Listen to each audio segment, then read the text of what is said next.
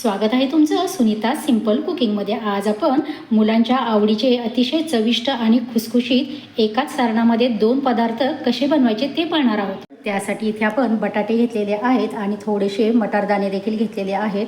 आता आपण कुकरचं झाकण लावूयात आणि याच्या 3 शिट्ट्या करून घ्यायच्या आहेत। इथे आपला कुकर होत आहे तोपर्यंत इकडे एका ताटामध्ये मी मैदा घेतलेला आहे, त्यामध्ये आता आपल्याला चवीपुरतं मीठ घालून घ्यायचं आहे। चवीपुरतं मीठ घालून घ्या। सोबतच इथे ओवा घेतलेला आहे, 1 चमचाभर ओवा घेतलेला आहे, तो आपण असा हातावरती व्यवस्थित असा चोळून घालायचा आहे। इथे तूप घालणार आहे मी, 1 चमचाभर इथे तूप घेतलेलं आहे, ते घालून घ्यायचं आहे। तुपाचं मोहन घातलेला की खूप छान खुसखुशीत बनून तयार होतं। आता हे व्यवस्थित आपल्याला तूप सुरुवातीला सर्व मैद्याला व्यवस्थित असं चोळून घ्यायचं आहे। खूप छान व्यवस्थित असं आपण चोळून घ्यायचं आहे, म्हणजे आपला हा पदार्थ खूपच छान बनून तयार होतो। तूप आपलं सर्वत्र व्यवस्थित लावून झालेलं आहे। या पद्धतीने मूठ वळली गेली पाहिजे। आता यामध्ये आपल्याला थोडं थोडं करून पाणी घालायचं आहे। खूप जास्त पाणी घालायचं नाही एकदमच, थोडं थोडं पाणी घालून यात आपल्याला छान असा घट्टसर असा गोळा मळून घ्यायचा आहे। या पद्धतीने व्यवस्थित असं आपण पीठ मळून घेऊया। इकडे आपलं पीठ भिजवून झालेलं आहे। या पद्धतीचं जरा घट्टसरच असं आपल्याला पीठ भिजवायचं आहे। आता यावरती एक झाकण ठेवूयात आणि हे पीठ आपण साईडला ठेवून देऊयात। तोपर्यंत इकडे आपला कुकर देखील 4 शिट्ट्या झालेल्या आहेत। मी गॅस बंद केलेला आहे। आपण आपला कुकर थंड करून घेऊयात। कुकर आपला थंड होतोय तोपर्यंत आपण आलं, लसूण आणि हिरवी मिरची या तिन्हीचं आणि थोडासा मी अर्धा चमचा ओवा देखील घालणार आहे। याचं आपण एक वाटण करून घेऊयात। इकडे आपलं वाटणही बनवून तयार झालेलं आहे आणि बटाटेही थंड झालेले आहेत। इकडे मी लाल तिखट घेतलेलं आहे, हळद पावडर थोडी घेतलेली आहे, जिरे पावडर, भाजलेले जिऱ्याची पावडर घेतलेली आहे, धना पावडर घेतलेली आहे, अगदी थोडासा चाट मसाला आणि आमचूर पावडर देखील घेतलेली आहे। तुम्ही या दोन्हीपैकी एक घेतलं तरी देखील चालेल, पण चटपटीत व्हावं यासाठी मी हे घेतलेलं आहे। आता इकडे गॅसवरती कढईमध्ये मी तेल गरम करायला ठेवलेलं आहे। तेल आपलं हलकंसं गरम झालं आहे, त्यामध्ये आता आपल्याला जिरे घालून घ्यायचे आहे, हिंग थोडा घालून घ्यायचा आहे। हे लसूण, मिरची आणि आलं याचं वाटण आहे ते बनवून घेतलेलं आहे, ते घालून घेऊयात।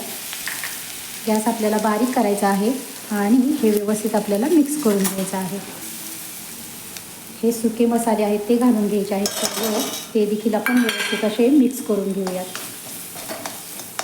आता चवीपुरतं मीठ देखील घालून घ्यायचं आहे, हे पण आपण व्यवस्थित मिक्स करून घेऊयात। हिरवीगार आपली कोथिंबीर मी भरपूर अशी चिरून घेतलेली आहे, ती कोथिंबीर आपण फोडणीमध्ये देखील थोडीशी घालूयात आणि नंतर राहिलेली कोथिंबीर आपण वरून देखील वापरणार आहोत। हे मसाला आपण आपले मसाले करपू नयेत यासाठी अगदी थोडंसं पाणी घालणार आहे। 1 चमचाभर छोटा पाणी घेतलेला आहे, ते घालून घेऊयात। व्यवस्थित मिक्स करूयात। मस्त खमंग वास येत आहे। लसूण आलं असं वाटून घातलं ना की खूप छान वास येतो। आता यामध्ये आपल्याला हे उकडलेले बटाटे आहेत ते घालून घ्यायचे आहेत। या हाताने स्मॅश करा किंवा मग तुमच्याकडे पोटॅटो स्मॅशर असेल तर त्यांनी देखील तुम्ही स्मॅश करून घेऊ शकता। हा बटाटा आपण मसाल्यामध्ये छान असा व्यवस्थित मिक्स करून घ्यायचा आहे। गॅस आपल्याला थोडासा इथे मोठा केलेला आहे मी, तर मसाला बनवून तयार झालेला आहे। आपलं सारण आणखीनच छान व्हावं यासाठी इथे मी अर्धा चमचा पिठी साखर घेतलेली आहे, त्यातील अगदी थोडीशीच मी घालत आहे, म्हणजे चटपटीत छान असं लागावं यासाठी। लहान मुलं पण खाणार आहेत त्यासाठी मी इथे थोडीशी किंचितशी साखर वापरलेली आहे। इथे मटार घालायचे विसरले होते, आपला वाफवून घेतलेला मटार आहे तो देखील आपण घालून घ्यायचा आहे। व्यवस्थित मिक्स करूया। अगदी थोडीशी कसुरी मेथी घेतलेली आहे, चव छान लागावी त्यासाठी मी इथे कसुरी मेथी घेतलेली आहे, हातावरती अशी चोळून घालायची आहे। अगदी थोडीशीच घेतलेली आहे आणि भरपूर अशी आता इथे आपण कोथिंबीर घालून घेऊयात। व्यवस्थित मिक्स करूयात। इथे आपली भाजी थंड होत आहे तोपर्यंत आपण 1 वाटी घ्यायची आहे। एका वाटीमध्ये इथे मी कॉर्नफ्लॉवर घेणार आहे, 2 चमचे आपण कॉर्नफ्लॉवर घेऊयात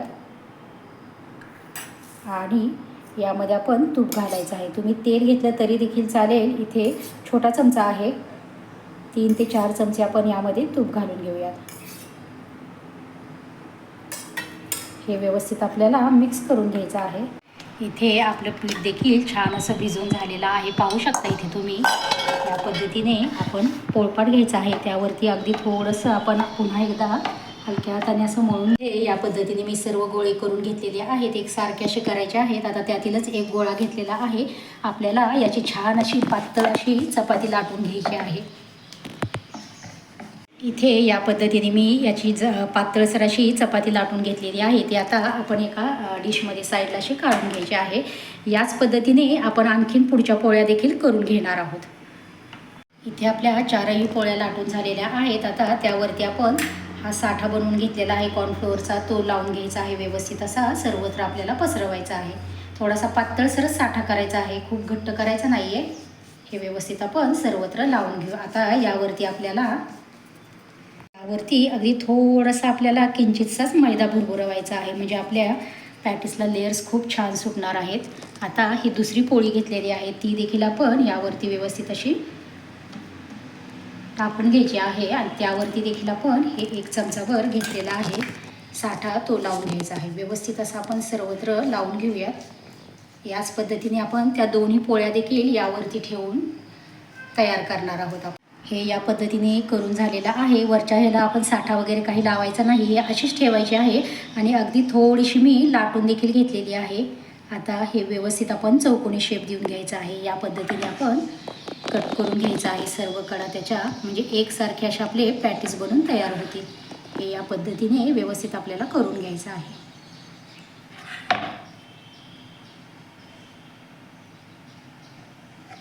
आता या कडा आपण आहेत निघालेल्या, त्या साईडला काढून घेऊयात थोड्या वेळासाठी आणि पुन्हा अगदी थोडंसं हलक्या हाताने आपण लाटून घेऊयात एकसारखं असं।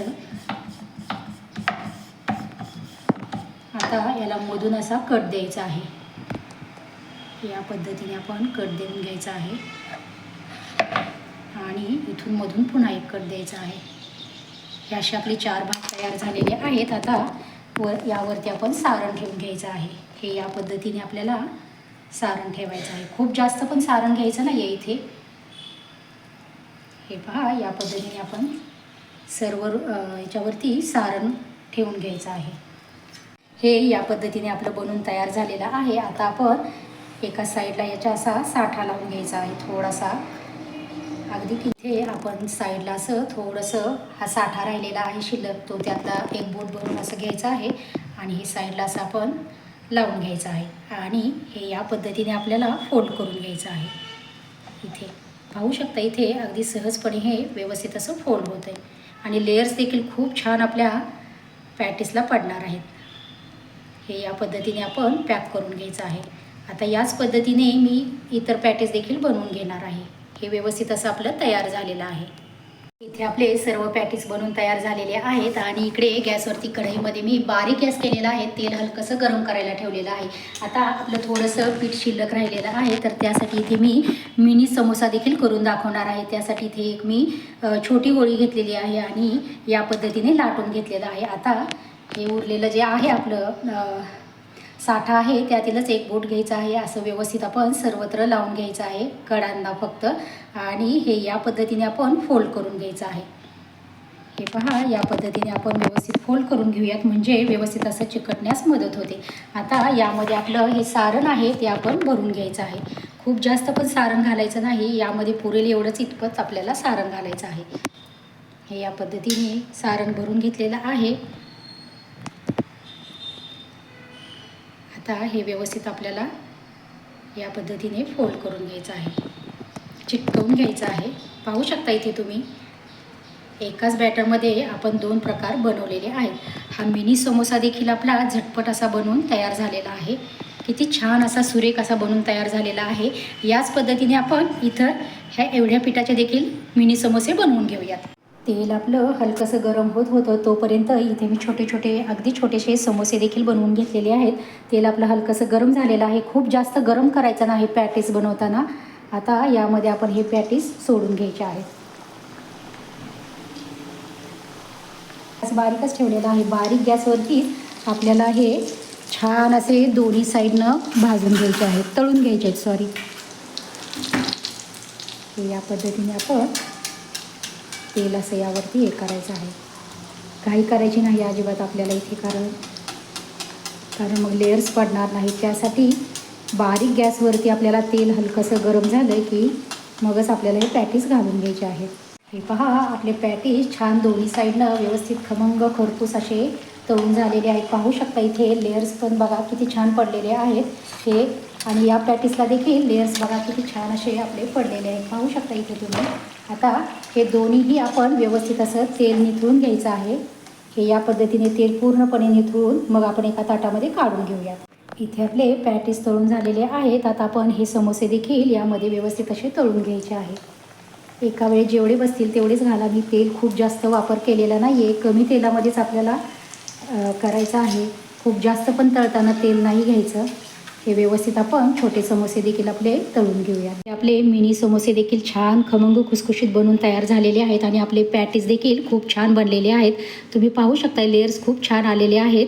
तर तुम्हाला हे पॅटीस आणि मिनी समोशाची रेसिपी जर आवडली असेल तर नक्कीच आपल्या व्हिडिओला लाईक करा, शेअर करा, कमेंट करा. चॅनलवरती नवीन असाल, सबस्क्राईब केले नसेल तर नक्कीच आपल्या चॅनलला सबस्क्राईब करा व शेजारील बेल आयकनही प्रेस करा. धन्यवाद.